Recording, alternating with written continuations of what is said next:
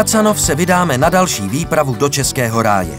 Dnes se projedeme podtroseckými údolími, navštívíme Hruboskalsko a hrady Trosky a Valdštejn. A kromě přírodních zajímavostí, které potěší ducha, nás čeká i potěšení pro tělo. Pečené koleno s křenem. Název Kacanovi pochází z italského Casa Nuova. Tak ve středověku pojmenovali ves italští brusiči polodrahokamů, těžených na blízkém Kozákovském hřbetu.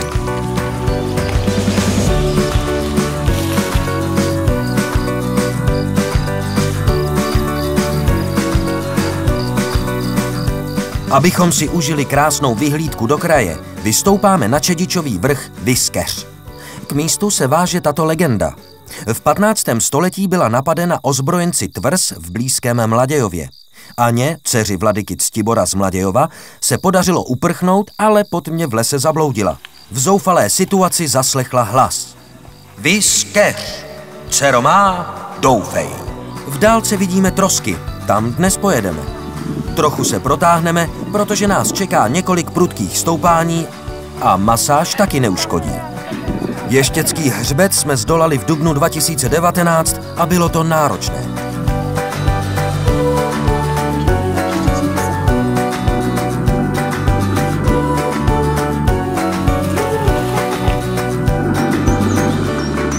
Proti noční obloze spatřila Anna kopec s keřem a postavou, která jí ukázala cestu k sousední tvrzi. Servus! Servus!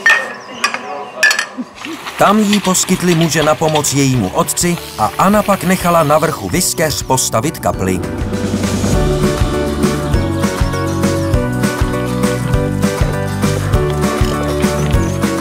Údolím Žehrovky jsme si zajeli do kiosku u rybníka v Žehrově. Natrhané pečené vepřové koleno. Servus! Servus! Jak říká Pája, tlustý, pojď ke mně. Energie na celý den, lepší než proteinové tyčinky.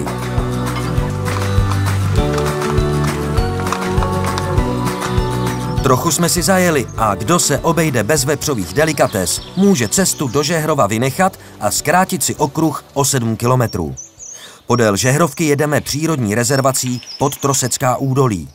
To jsou kaňony lemované skalními defilé křídových pískovců, kde podél říčky leží komplex cenných mokřadních biotopů. Pekařovu bránu vysekali dělníci do skály zvané Mnich v roce 1914 při stavbě silnice.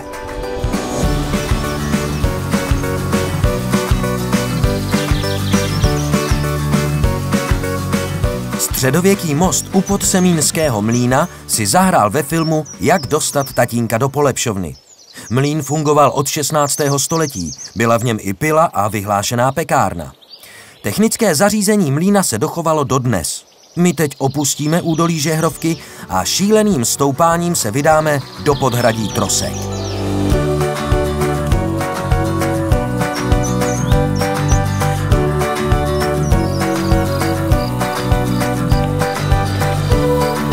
Hrad Trosky byl postaven v polovině 14. století na 2 čedičových kupách. Od roku 1559 je opuštěn. A my, schváceni horkem a drsným stoupáním, si zajedeme na Malinovku. Servus! Servus! Servus! A taky na Borůvkové knedlíky. Z hradu se zachovaly 2 věže, Pana a Baba. Pana je vyšší a štíhlejší, Baba poněkud obtloustlá.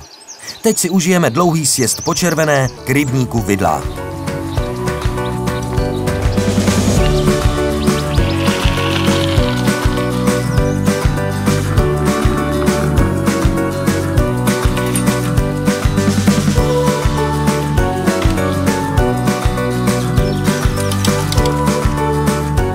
Sjezd byl poněkud prudší, než jsme čekali.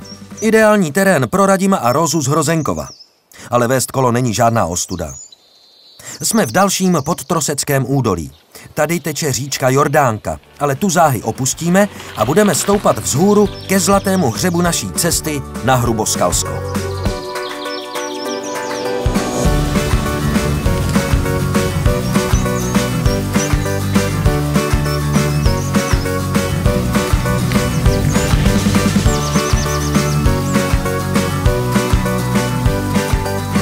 Zámek Hrubá Skála byl postaven na místě bývalého hradu Skála a patřil Albrechtovi z Valdštejna.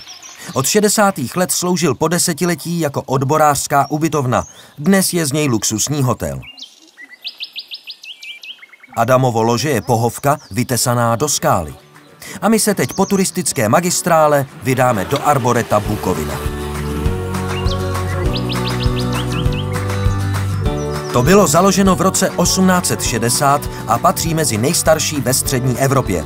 Kromě domácích druhů zde rostou stromy původem ze Severní Ameriky. V roce 2005 zde byla z odumřelé douglasky tisolisté vytvořena socha Duch arboreta. A je tu i zahradní altán ve švýcarském stylu. A teď vzhůru na kapelu.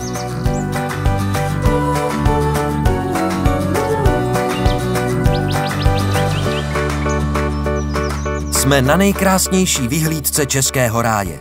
V popředí je kapelník, za ním kapela, vpravo stojí cikán s majákem. Mně to připomíná lebku.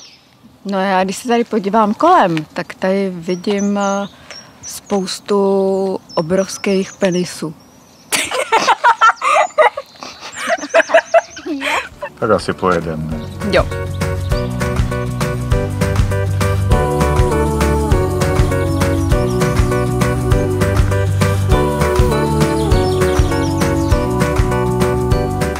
Kousek od kapely je vyhlídka u Lvíčka. V cyklistických tretrách to na kovových lávkách trochu klouže. Podíváme se na skalní věže, které jsou tolik oblíbené u našich lezců. Ale pozor, zdejší pískovec je měkký a snadno vám chyt zůstane v ruce. Platí tu zákaz lezení za mokra a 48 hodin po dešti. Hrad Valdštejn mohl mít osud jako většina českých hradů. Ve 13. století založen, v 15. opuštěn. Jenže Valdštejnové z něj udělali poutní místo a Lexové ve zvelebování pokračovali a v 19. století hrad zpřístupnili pro první turisty.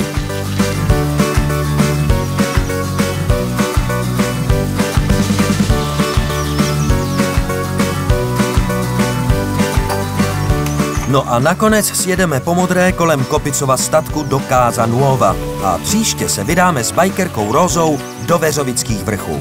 Servus.